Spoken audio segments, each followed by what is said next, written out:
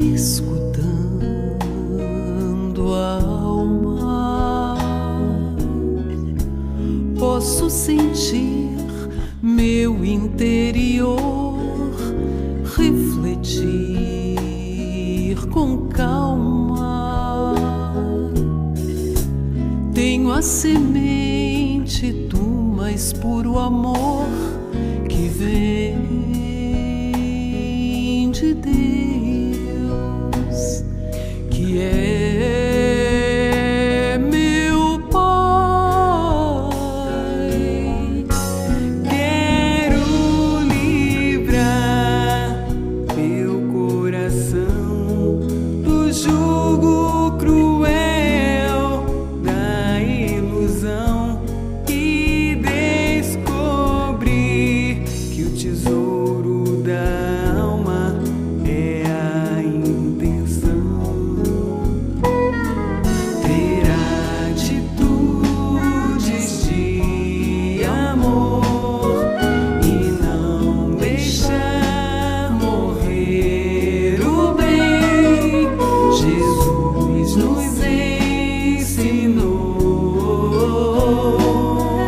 a amar a Deus e ao próximo como a mim também.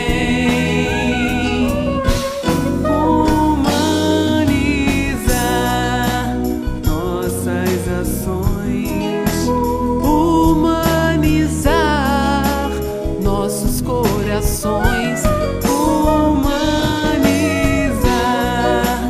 para crescer, humanizar, individuar o ser.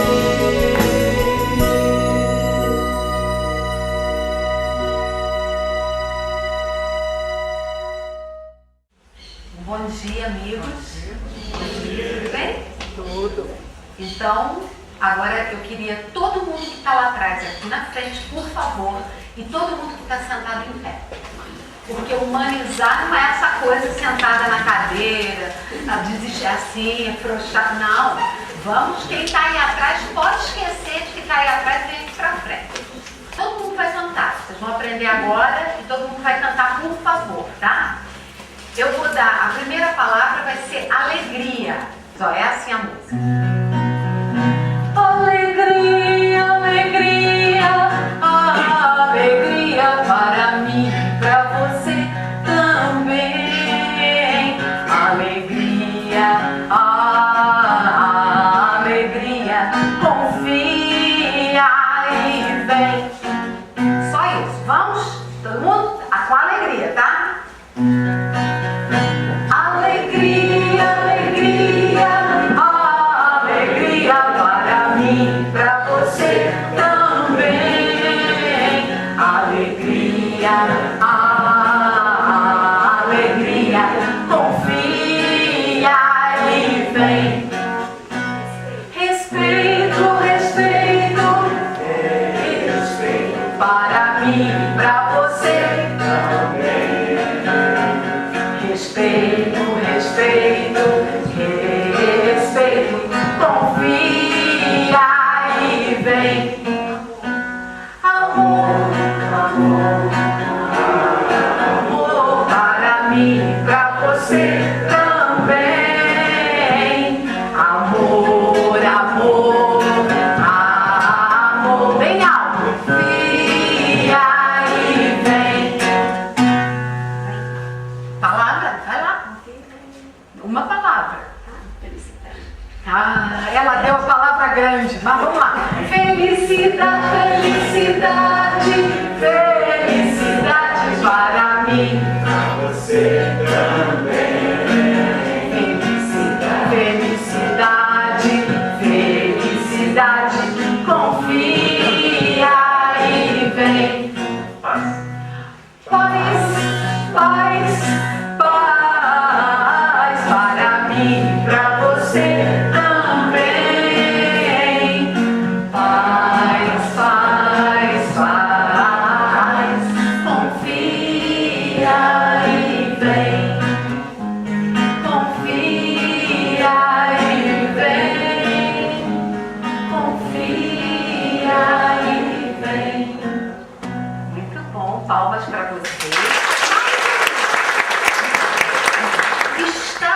humanizar não é estar num lugar impunemente. Estar no humanizar é olhar para dentro e mexer com as estruturas.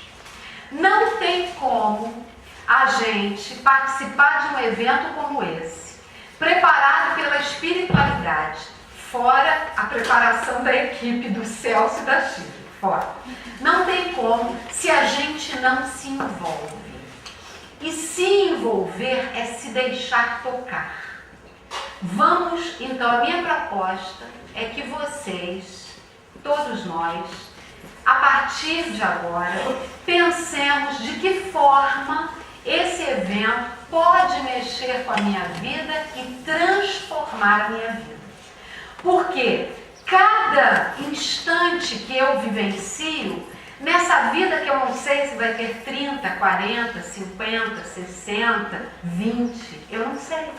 Eu não sei quanto tempo eu tenho, quanto tempo eu combinei quando estava, será no hospital esperando, quem sabe, em nosso lar, ou em algum outro local desse vasto planeta, desse vasto universo. Eu não sei quanto tempo eu combinei comigo mesmo, eu teria para me tornar alguém melhor. E estar no humanizar é dar a essa ideia, a esse desejo, o impulso. Porque aqui, antes de nós estarmos aqui, a espiritualidade já tinha tratado esse evento, já tinha nos convocado no momento de sono, já tinha nos convidado a participar num outro nível, num nível espiritual, num nível transpessoal. Então nós aqui estamos de corpo, de alma, de corpo e alma, ou nem estamos? Temos que pensar, a gente está fazendo o quê? Estamos querendo mudar, porque sabe o que é interessante? Eu não sei se é espírita que é assim, mas na hora do lanche os espíritas se alvoroçam todo. Eu sou de Niterói, eu não tenho sotaque, como vocês podem ver. Então lá em Niterói, pelo menos é assim. Na hora que a gente fala intervalo para o lanche, é aquela coisa. Na hora que a gente está tratando das coisas espirituais, estamos meio que passivos diante da nossa vida.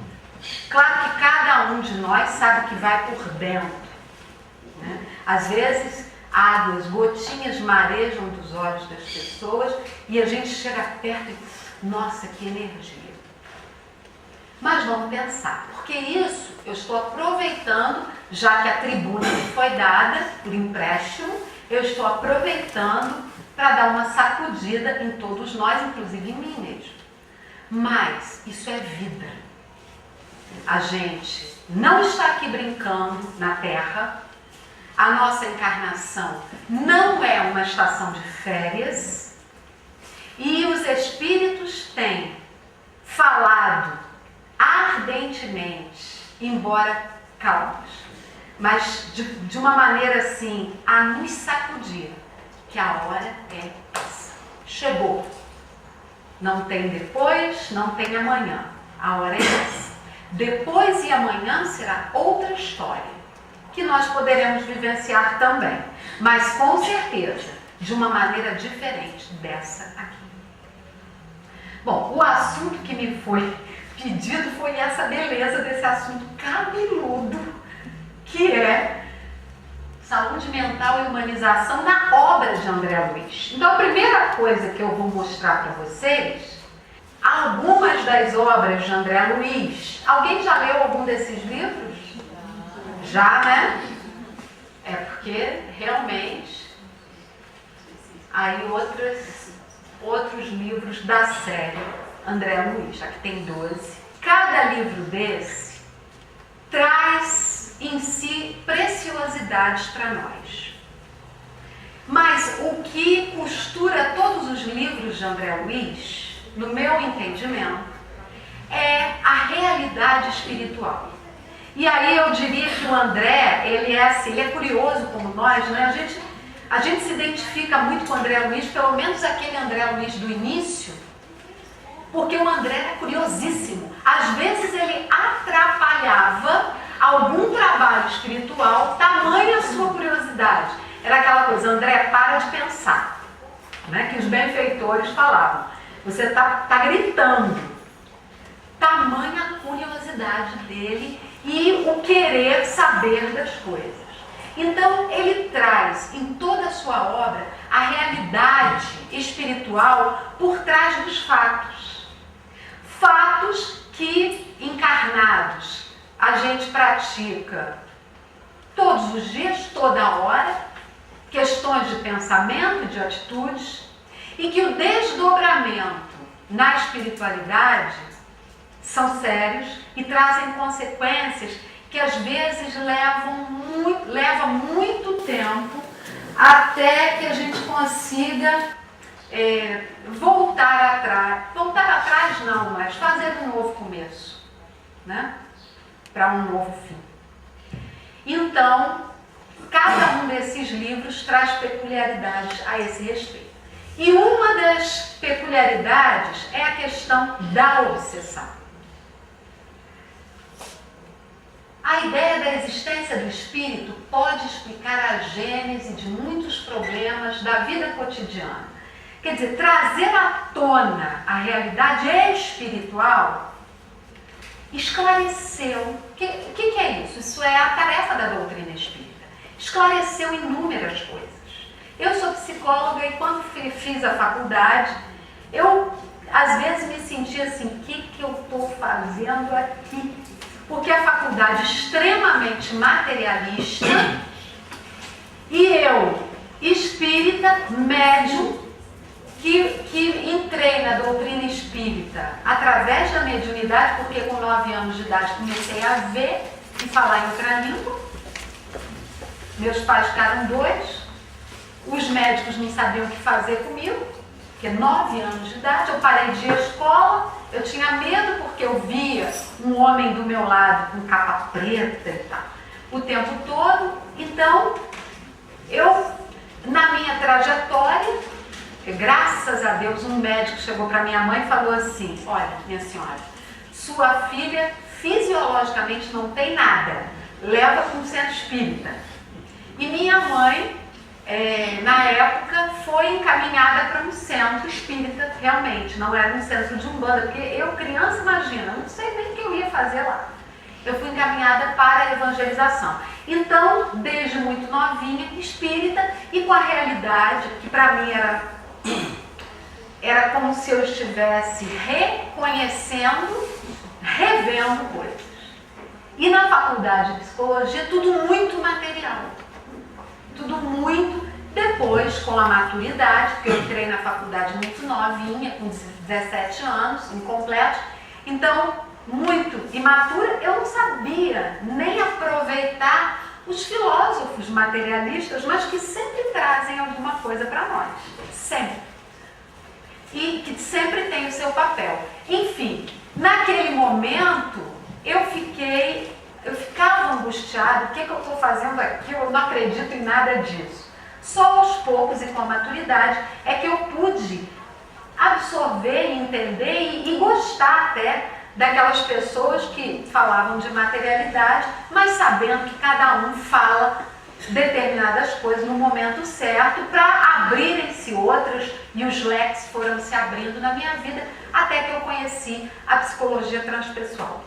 Mas a saúde mental era uma coisa que eu entrava meio destemida no hospital psiquiátrico que eu fazia estágio. Imaginem vocês, uma jovem de 19 anos lidando com pessoas cujo problema era designado, né? Perigoso.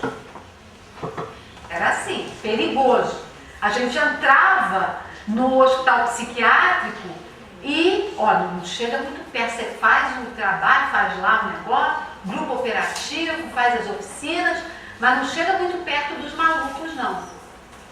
E eu tinha um destemor, porque eu acreditava que ali tinha obsessão.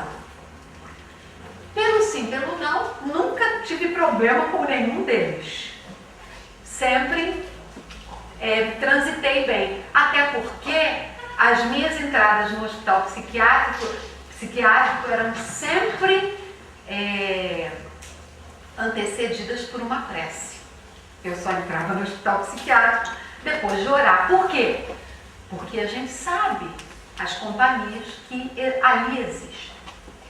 E passeando pelas obras de André Luiz, nós vamos observar limites da loucura, da sanidade, a saúde e a doença, as atitudes positivas e negativas, o tempo todo nos livros, mostrando que por trás existia a influência espiritual. E a força íntima ou a fragilidade íntima dos personagens acabava acontecendo que uns eram mais influenciados, outros menos. E nos livros de André Luiz, a grande lição, porque a humanização ela não veio com Hermance ou com Bezerra de Menezes apenas. A humanização veio com Jesus. Então, nos livros de André Luiz, que antecederam os livros de Hermance, por exemplo, a humanização já era plena. Quando o instrutor chega perto de Adelino Correia, no livro Ação e Reação, e lhe atrai no momento do desdobramento, para que ele venha estar com aquele seu amigo, naquele instante peculiar, quando a prova lhe viria mais do que nunca intensa, é um momento de humanização. É o momento em que Hilário traz para si Adelino desdobrado e lhe diz: é chegada a hora, meu querido, da sua grande prova, do momento mais esperado por você e por todos nós. A história de Adelino Correia é que ele, numa vida anterior a esta, de espírita e trabalhador da seara espírita, ele teria sido filho bastardo, porém adotado, vamos dizer assim, de um senhor muito rico, Martim Afonso. E ele, o filho, que era filho de uma escrava, mãe escrava, com o patrão, o senhor, é então criado pelo pai, que lhe dá o mesmo nome. Os dois eram pessoas muito afins, estavam sempre juntas, estavam sempre compartilhando as caças, as pescas, as festas. E num determinado momento, o pai, Martim Afonso, resolve se casar com Maria Emília, uma jovem que tinha a idade do seu filho. O pai com 40, o filho com 20, a jovem com 20. Pai e filho, naquela transição, o pai nem tão velho, o filho já não era mais criança, e aquela afinidade. No entanto, Maria Emília era uma pessoa um tanto quanto inconsequente e, embora casada com Martim Afonso, seduz e envolve o jovem Martim, que por ela também se enamora, e os dois, a um ponto da vida, tramam a morte do pai. Da forma mais torpe, colocando fogo em seu corpo.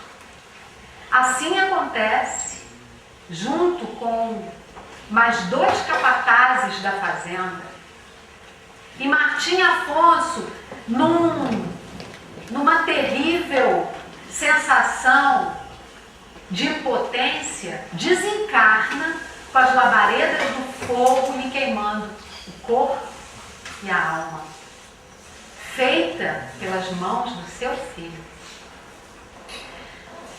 Bom, vocês podem imaginar esta alma chegando à pátria espiritual que tipo de pensamento recidivo ele impõe contra seu filho. O de vingança, o de querer que a vida dele desse errado. E o rapaz entra naquele canal sutil da sanidade e da insanidade, da loucura. Sente o corpo físico lhe queimar, como se fogo tivesse. A essa altura, Maria Emília já tinha tratado de conversar com os familiares dizendo que ele tinha enlouquecido. E realmente, Martim entra no processo obsessivo, permite, através do canal da culpa, ele permite a obsessão se instalar de forma intensa. E, depois de um tempo, desencarna de uma forma muito grave para a sua alma, para o seu pensamento, para o seu coração. Fica muitos e muitos anos, mais que André Luiz, no plano espiritual inferior, encarcerado naquele fogo que lhe queimava o perispírito e o sentimento. E depois de muitos anos, as equipes socorristas ali estavam, incansáveis, mas separadas pela vibração. Eles quase nada podiam fazer, a não ser orar ao Pai, que tivesse compaixão daquela alma e que por algum instante se fizesse uma conexão para que eles o pudessem resgatar. E assim acontece. Depois, se não me falha a memória, de 11 anos, Martim é resgatado, é levado, é cuidado, numa demonstração de afeto incondicional, humanização, o verdadeiro amor. Ele é cuidado, sabe por quê? Os espíritos que são já amorosos, eles cuidam de nós qual bebês. Quando a gente recebe, fazendo aí um paralelo, quando a gente recebe em nosso ventre, depois em nossos braços, um bebê, o que acontece com qualquer mãe e pai?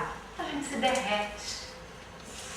Mas mal sabemos que muito provavelmente ali está um algoz ou um inimigo do passado. Então a gente se encanta e ama. Qual a mãe que não diz assim, eu amo meu filho, enche a boca? E às vezes é um rival que vai se demonstrar, vai se colocar as unhazinhas afiadas para fora lá na adolescência. E aí eu vou dizer assim, mas meu Deus, eu dei tanto amor, eu cuidei tanto e agora este menino na adolescência? É porque vão se revelar as questões do espírito. Mas então, os amigos espirituais que já se encontram nos caminhos do amor verdadeiro, eles olham para nós como se nós fôssemos criancinhas, pedintes de amor, famintas, e eles oferecem, e nós sentimos. Foi o que aconteceu com Martim, que passou por muitos anos por rever as suas atitudes e teve uma vontade imensa de mudar e melhorar, sair da sua inércia, sair daquele padrão acomodado, o padrão vitimizado que nós nos encontramos tantas vezes. Fazendo um outro paralelo, nós temos na vida apenas 2 caminhos, na vida de encarnação. 2. Ou seremos vítimas, ou seremos sobreviventes.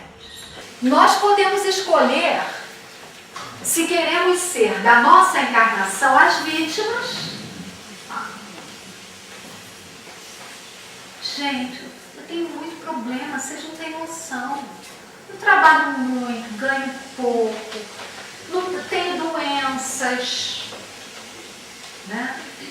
A doutrina espírita ajuda, mas é difícil demais. Eu não sou Chico Xavier.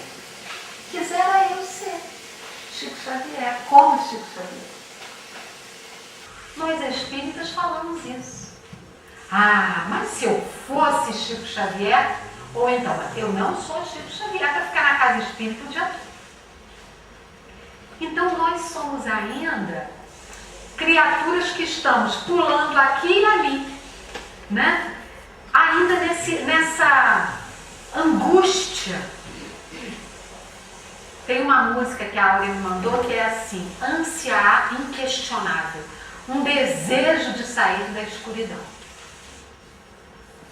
Mas nós ainda ficamos muito no desejo e a ação corresponde pouco, porque na verdade a gente não tem que ter desejo, nós temos que dar gás à nossa vontade.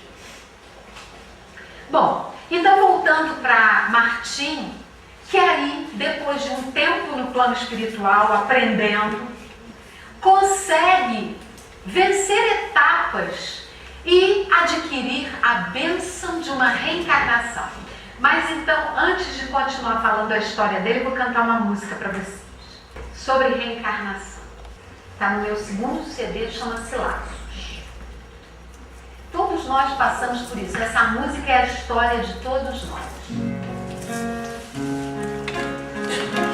Vou te falar de justiça e de amor, de consolar os laços meus nas voltas que a vida dá. Não vão se perder, só vão esperar sob um véu de esquecimento que o Pai pousa sobre nós. Só me faz lembrar o vento que muda tudo de lugar. Hoje sou eu a te ensinar e amanhã tu vais me falar.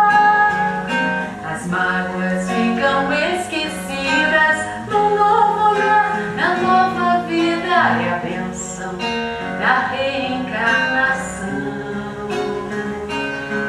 Somos todos da mesma família. Hoje sou pai, amanhã filha. É a bênção da reencarnação. As mágoas ficam esquecidas no novo olhar, na nova vida. É a bênção da reencarnação. Somos todos da mesma família. Hoje sou pai, amanhã filha. É a bênção da reencarnação.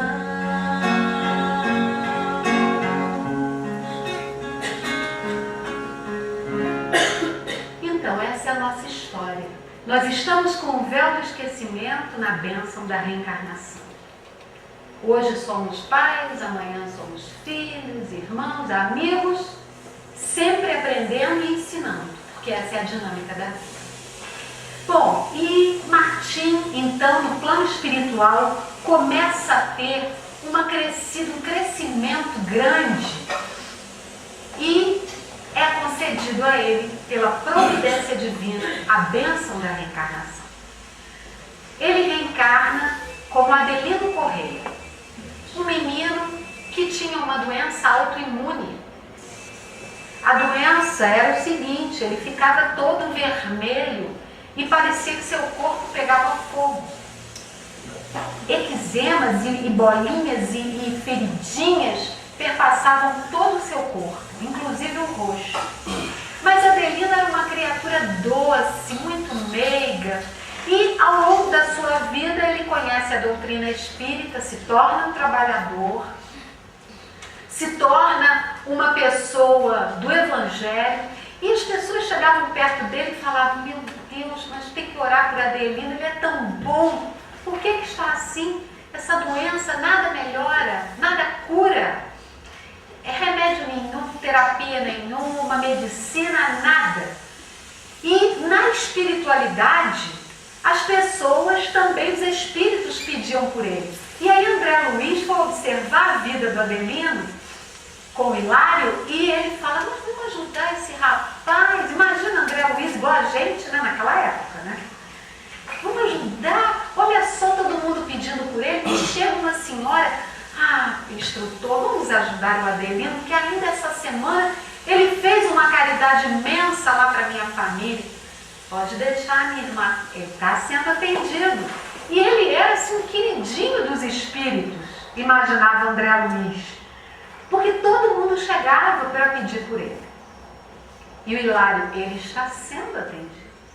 Vocês nem imaginam o quanto. O próprio instrutor ali estava emitindo as vibrações mais peculiares para que ele não entrasse numa vida de loucura e obsessão. Porque imaginem vocês a nossa pele coçando e queimando o dia inteiro, com feridas abertas pelo corpo. E assim era a vida de Adelino Corrêa, que era casado, tinha uma filhinha, uma linda menina de cabelos dourados e tinha sido abandonado pela esposa. Morava com sua mãe, que era um anjo em sua vida. E depois de um tempo, ele adotou 2 meninos de cor negra que eram pedintes por onde ele habitava e ele acolhe esses 2 meninos como seus filhos. Então ele tinha 3 filhos e era um pai sozinho, contava com a ajuda da sua mãe e com a espiritualidade que não cessava de lhe auxiliar. Até que em um determinado momento, o instrutor o atrai no momento de sono e lhe fala, meu querido, é chegada a hora. Os 2, o espírito superior e Adelino, choram longamente. Um choro que misturava ansiedade e alegria. E no meio da madrugada, sob a observação de André Luiz, um choro de criança é escutado na porta de Adelino. Adelino, que dormia, se levanta, vai até a porta e vê uma criança envolta em panos e papel.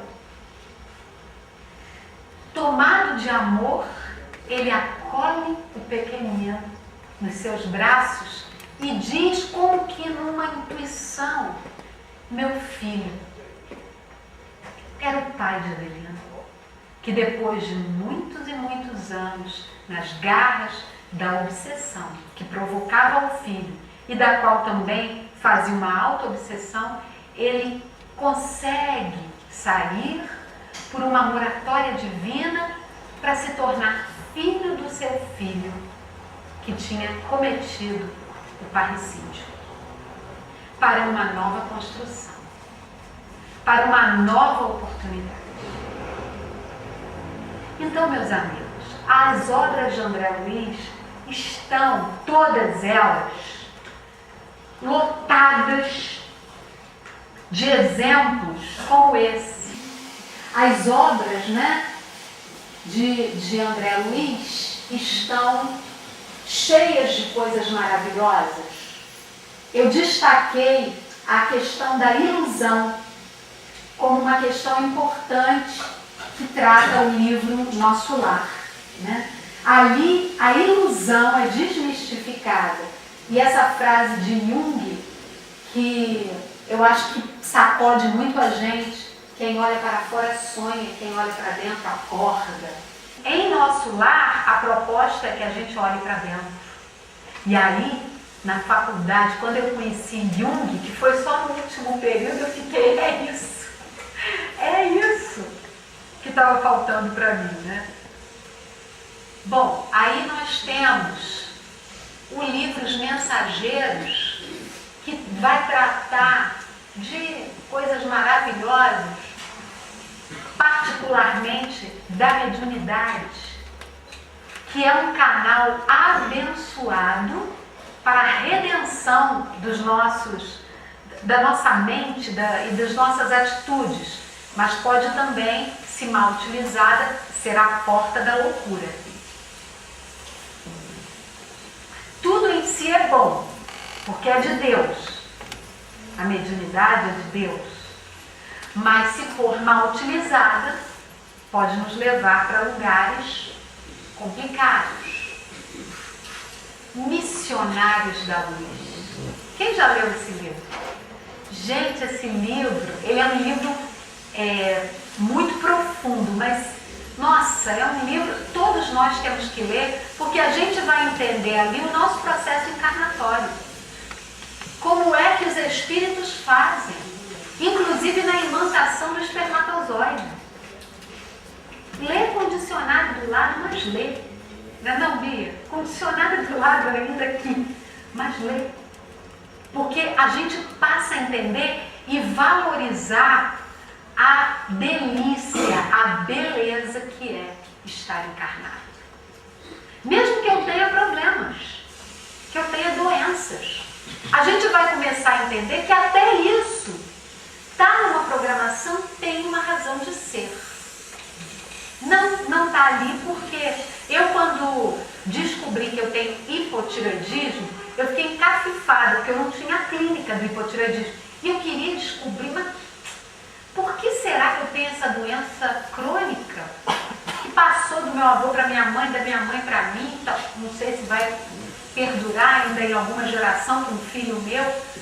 Mas eu fui pesquisar, eu fui entender, eu fui saber o que é, aonde estão os meus limites, porque as doenças nos mostram os nossos limites e nos impedem de desequilibrar.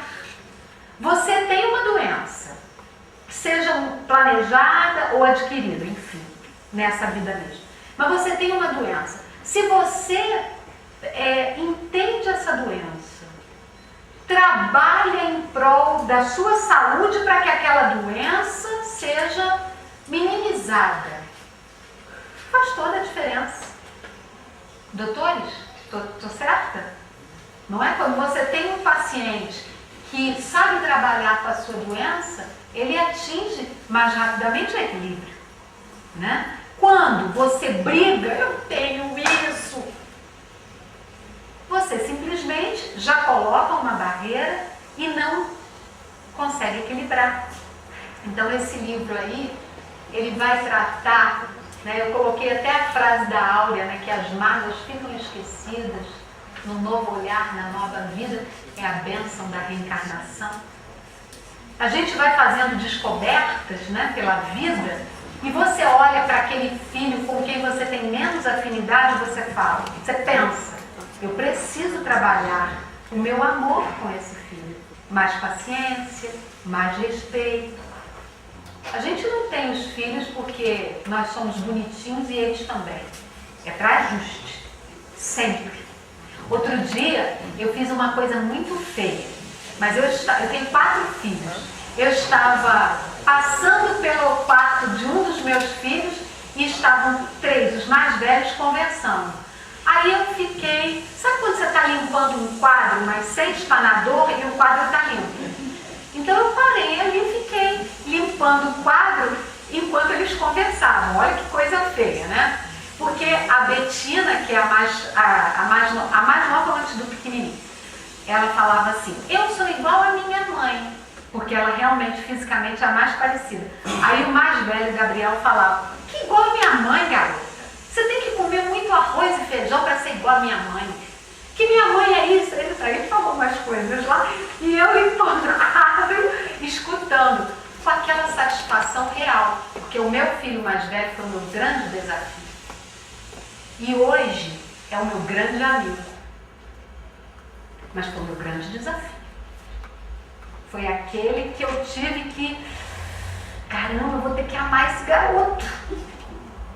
Né? Eu amava com aquele amor corriqueiro. Ah, mãe ama, mãe é mãe. Né? Não. Mãe é uma oportunidade maravilhosa, mas a gente tem que investir. E ele foi meu grande desafio. Os outros 3 não, mas ele foi. E hoje ele está com 23 anos e ele é meu grande amigo. Né? É aquele alguém que liga, pai, mãe, vocês chegaram bem? Tá tudo bem? Vocês, como é que tá aí no Rio? Que o Rio tá uma graça, né? Como é que tá aí, mãe? Ó, não sai não, hein, mãe? Você vai trabalhar? Não sei o quê. É aquele filho que se dispõe a nos ajudar e nos servir. Então, a reencarnação faz isso acontecer. Um dia eu quero fazer isso, gente. Ó, no Obreiros da Vida Eterna é um livro maravilhoso, mas eu quis destacar a volitação, que é um prazer.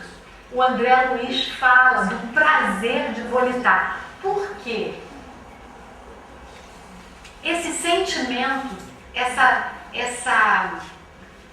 coisa maravilhosa chamada liberdade é uma ânsia de todos nós.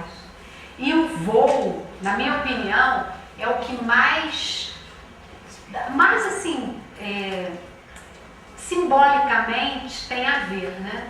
Aí eu trouxe uma frase de Santo Agostinho assim: quem é bom é livre, ainda que seja escravo. Quem é mau é escravo, ainda que seja livre.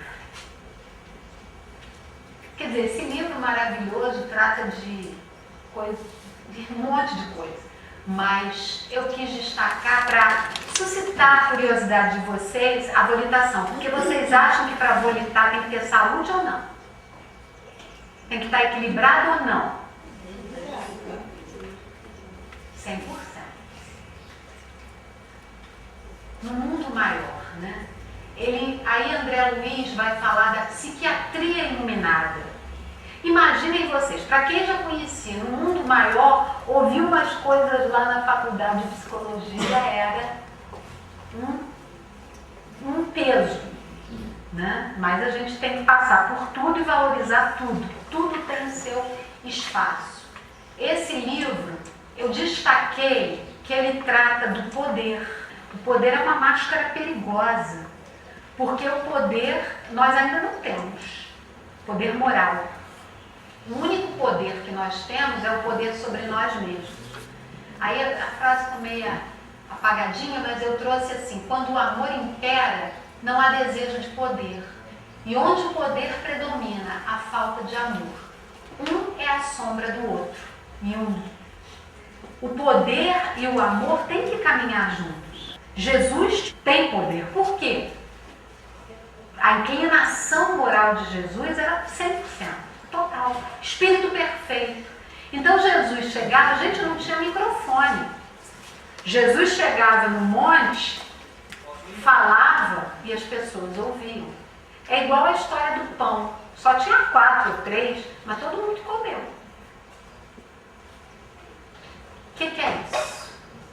Isso é poder. Poder íntimo, poder moral. Para não falar de outras coisas até mais profundas. Nos domínios da mediunidade, o livro bom, né? Para a gente se esclarecer nas tarefas mediúnicas. O André Luiz, nesse livro, ele organizou páginas assim, bem elucidativas, bem claras. Quando a gente lá na nossa reunião mediúnica tem alguma dúvida, a gente recorre a esse livro. Porque ele é bem aquela cartilhinha, né? E aqui eu destaquei a questão do trabalho. Para se ter saúde, é preciso tudo isso. Nós temos tudo isso? Temos trabalho, poder, tudo em equilíbrio? Temos. Então nós somos doentes? Nós somos doentes? Estamos. Nós estamos adoecidos na integridade do nosso ser. Nós fomos criados simples e ignorantes de forma perfeita. Perfeitos na simplicidade e ignorância. Para desenvolver. Lá no Rio tinha, né? Ele estava encarnado, já desencarnou. Um homem chamado Antônio Mileco. Alguém já ouviu falar do Mileco? Já? Antônio Mileco era cego, né? De nascença, e eu fiz muitos cursos com ele, uma pessoa adorável, e era cantor e compositor. Então ele fez uma música assim, quer ver, ó? Você é uma canção que Deus canta, Ele quis compor você. Você é uma canção que Deus canta, Ele gostou de compor você. Você é uma canção que Deus canta, Ele quis compor você. Você é uma canção que Deus canta, Ele gostou de compor você. Ninguém traz o seu sorriso, sua voz, seu dom, seu jeito. Ninguém tem o coração que só palpita no seu peito. Do poema do infinito, você é perfeito verso. Rima rica que faltava no poema do universo. Rima rica que faltava no poema do universo. Você é uma canção que Deus canta, Ele quis compor você. Você é uma canção que Deus canta, Ele gostou de compor você. Você é uma canção que Deus canta, Ele quis compor você. Você é uma canção que Deus canta, Ele gostou de compor você. Ele gostou de compor você. Ele gostou de compor você. Muito lindo, né, gente? Mileto já está na parte espiritual e muito bem. E vendo tudo aquele danado. Bom, quem já leu esse livro? Entre a Terra e o Céu. É um livro romanceado maravilhoso que conta a história de uma mulher muito especial, mas ela estava sendo obsediada, olha lá, a jovem Evelina. A tônica que eu destaquei desse livro é o ciúme. O ciúme é uma coisa terrível, é um problema na vida das pessoas. E eu destaquei essa frase aqui, ó: de todas as enfermidades que acontecem o espírito, o ciúme é aquela a qual tudo serve de alimento e nada serve de remédio. Tudo serve de alimento e nada serve de remédio. Essa frase de Michael Newton. Vocês estão vendo, né? Os livros, ó. Esse livro aqui, Libertação. Quem já leu?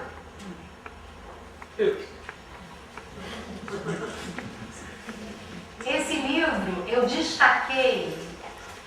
Gente, olha só, eu estou destacando uma coisinha, porque os livros são muito profundos e intensos.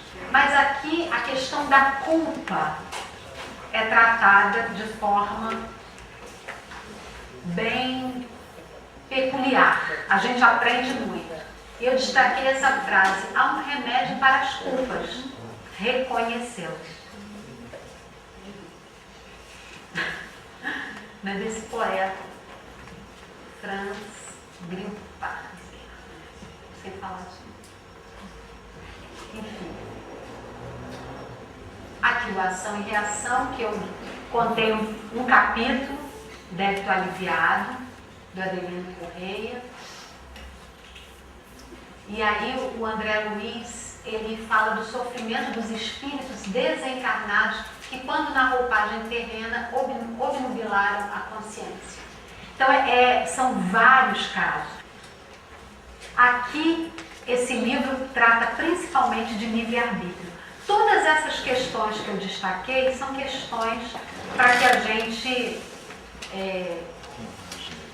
equilibre, né, a nossa saúde mental e emocional, humanizando.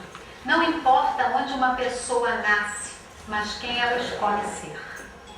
Olha só, quem eu estou escolhendo ser? Que história eu estou escrevendo no livro de páginas branquinhas que eu recebi, chamado Reencarnação? Cada dia, cada atitude, cada palavra, cada gesto, cada sentimento escreve na página do meu livro. Ou borra ou fica bonitinho. Não dá para passar a limpo assim. Passar a limpo vai ser começar de novo. que aquilo que eu escrevi vai ser redimido com muito amor, porque o amor cobre a multidão de pecados. Quem disse isso foi Simão Pedro, o de Jesus. E a vida continua. Trajetória de Ernesto e Evelina, que se conhecem numa instância hidromineral, depois, apaixonada pelo marido Caio, Evelina luta contra a morte, batalha que afinal perde, desencarnando na flor da juventude. Ernesto também desencarna e eles se encontram numa instituição hospitalar no plano espiritual. Mas o que pior? Nós morremos. E aí se desenrola o belíssimo livro E a Vida Continua, que trata, eu trouxe para a gente destacar a questão da morte. A morte, mesmo para nós espíritas, é complicada, visto que quando chega na pátria espiritual, os espíritas estão em situação de petição de miséria. Né? Os espíritas têm chegado na... Eu leio aqueles livros da irmã e tem momentos que eu tenho que fechar o livro. Porque a gente fala assim, gente, eu sou assim. Eu faço coisas o tempo todo, dizendo que sou espírita. Mas nós somos humanos. Então a gente se dá sempre uma nova chance. A gente só não pode achar que está fazendo os amigos espirituais de bobo, porque não estamos, né? Você possui apenas aquilo que não perderá com a morte. Tudo mais é ilusão. Olha que frase de um autor desconhecido. Você possui apenas aquilo que não perderá com a morte. Tudo mais é ilusão. Bom, eu vou passar rapidinho. Desobsessão, esse livro maravilhoso. Quem já leu esse? Vou passar rápido, senão brigam comigo. Sexo e Destino. Sexo e Destino também um livro bom. E eu trouxe como uma forma da gente refletir, né? Porque a humanização não é uma coisa que foi criada agora pelo humanizar, pelo movimento Atitude de Amor, não é? Humanizar é o tempo todo. Jesus humanizava o tempo todo. Jesus se cercou das pessoas mais difíceis, porque como é que nós somos? Quando a gente forma um grupo, a gente quer quem? A gente quer o ó do Borogodó, a gente quer o melhor, para ficar na nossa panela. Jesus se cercou das pessoas mais difíceis. Mas por quê? Porque em sua perfeição, Jesus reconhecia a humanidade de cada um deles. A humanidade de Pedro, na sua truculência, a humanidade de João, na sua adolescência, a humanidade de Tomé, na sua falta de fé, né? A humanidade de cada um. Porque essas peculiaridades, imperfeições, também nos mostram que somos humanos. E que a nossa humanidade nos dá a oportunidade de crescer e modificar. Ou melhor, porque o nosso mal é o nosso bem. Então, se nós somos pessoas brigonas, é porque no fundo, somos muito amorosas. Queremos abraçar, acolher, mas ainda estamos no desequilíbrio. Por isso Chico Xavier falou que o ódio é o amor que enlouqueceu. Então nós temos que nos autoconhecer para perceber quem somos e tirar o melhor partido disso. Essa música foi muito interessante, porque eu estava numa reunião da nossa casa espírita e dentro dessa mediunidade de música é assim, pelo menos comigo, eu canto letra, música, violão, tudo junto ao mesmo tempo, tem que ter alguém do lado com o gravador. E essa música ela veio assim, sem que eu precisasse arrumar uma vírgula. Né? Eu acredito não, tenho certeza que eu não cantei sozinha, que a Áurea cantou, ela cantou mesmo através. E fala do amor. Nós o temos em sementes, pequenininho, mas que poderá ser desenvolvido. Porque o amor um dia ele vai entremear toda a humanidade.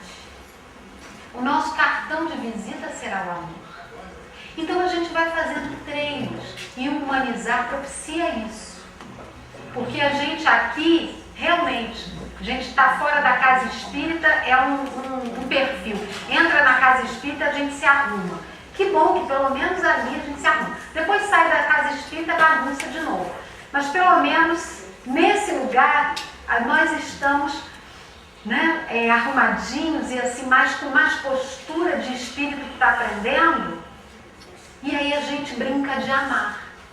Pelo menos brinca, né? E nessa brincadeira, às vezes a gente consegue conquistar pessoas. E nessa conquista de pessoas, a gente cresce um pouquinho. Porque aí a gente pensa assim, meu Deus, eu conquistei Bianca. Bianca agora é alguém que eu vou poder me corresponder, telefonar, combinar coisas. E nós vamos fazendo os nossos pequenos lacinhos. Até que um dia que eu preciso de Bianca. E ela me acolhe.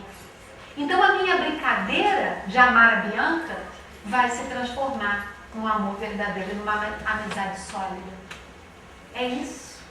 Quando a gente descobre que a espontaneidade, ser um pouquinho criança é bom, a gente coloca para fora o que temos de melhor. Então essa música é o amor. O amor, o sentimento mais nobre que há.